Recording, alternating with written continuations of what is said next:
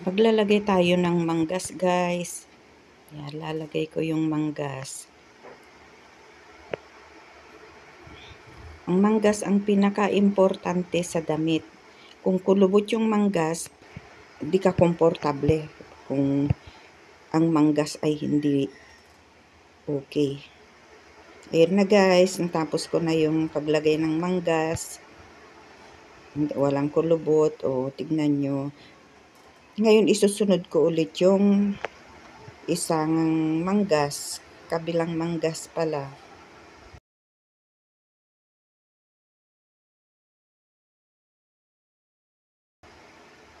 Ayan na guys, tapos na. Ayan, tapos na yung dalawang manggas. Ayan guys, walang kulubot. Ayan.